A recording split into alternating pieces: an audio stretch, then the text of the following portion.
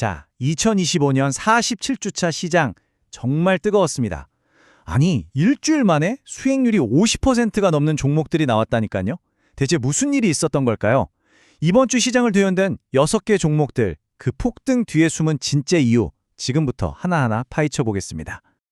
네, 바로 이 질문이 오늘 우리가 파헤쳐볼 핵심입니다. 어떤 종목이 올랐는지, 물론 중요하죠. 하지만 진짜 중요한 건 도대체 왜 올랐냐는 겁니다. 이 왜를 알아야만 시장의 진짜 속내를 읽을 수 있거든요. 자, 그럼 같이 그 답을 찾아가 볼까요?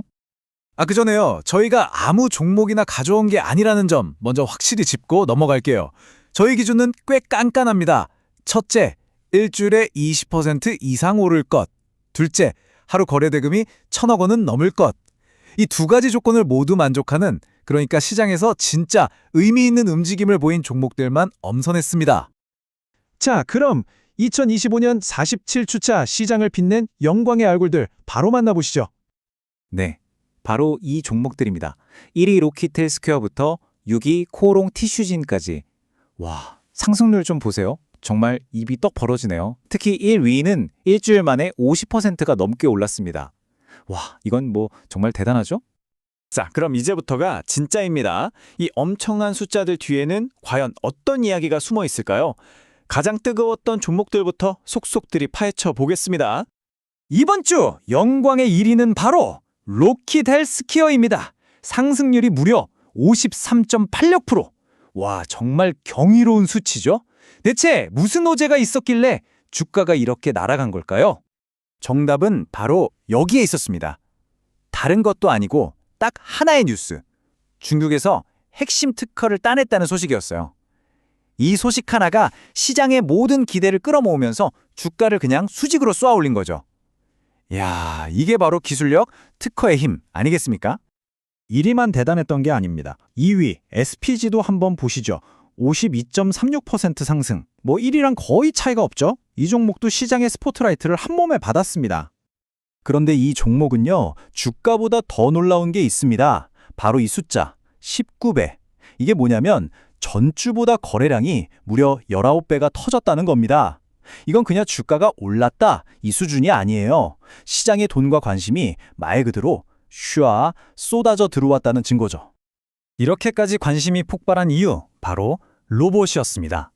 요즘 가장 핫한 테마 중 하나죠. 그런데 그냥 로봇이 아니라 LG 사이언스파크라는 대기업과 손을 잡았다는 소식이 터진 겁니다. 이건 우리 기술력 이 정도야 하고 시장에 도장을 쾅 찍은 거나 마찬가지죠. 로봇 시장에 대한 기대감이 하늘을 찌르는 요즘, 이보다 더 강력한 뉴스가 있었을까요? 자, 다음 타자는 세크입니다. 상승률은 27.53%로 앞선 두 종목보다만 낮아 보일 수 있지만 이 종목의 진짜 드라마는 거래량에 있습니다. 이거 진짜 맞나 싶은 숫자인데요. 150배입니다. 15배도 아니고 150배요. 전주 대비 거래량이 이렇게 늘었다는 건 쉽게 말해서 평소엔 아무도 거들떠보지 않던 종목이 하루아침에 대스타가 됐다는 뜻입니다. 정말 어마어마하죠. 그럼 왜 갑자기 스타가 됐을까요? 이유가 있었습니다. 세계적인 반도체 대기업, 그 회사의 까다로운 성능 평가를 통과했다는 뉴스가 나온 겁니다. 이게 무슨 뜻이겠어요? 이제 곧 엄청난 규모의 주문이 들어온다. 이 기대감 하나가 시장을 완전히 뒤집어 놓은 거죠.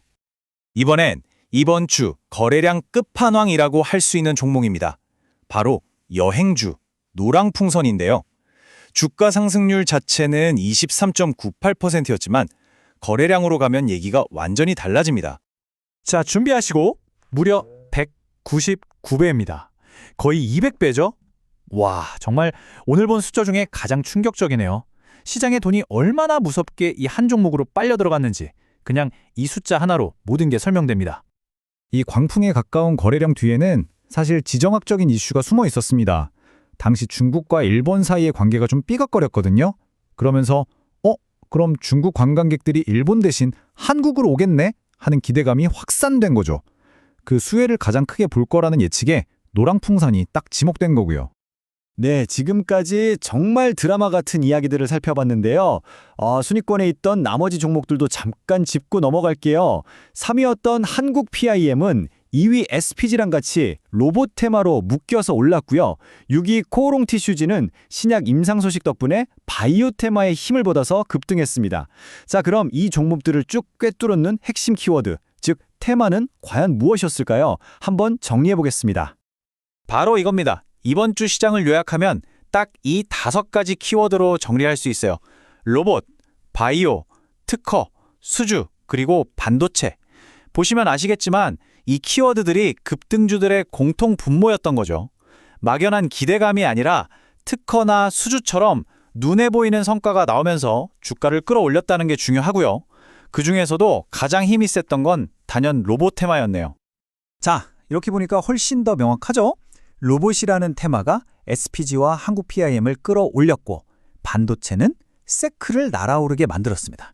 이렇게 시장의 큰 흐름인 테마가 어떤 종목과 만났을 때 폭발적인 시너지를 내는지 이걸 연결해서 볼 줄 아는 게 정말 중요합니다.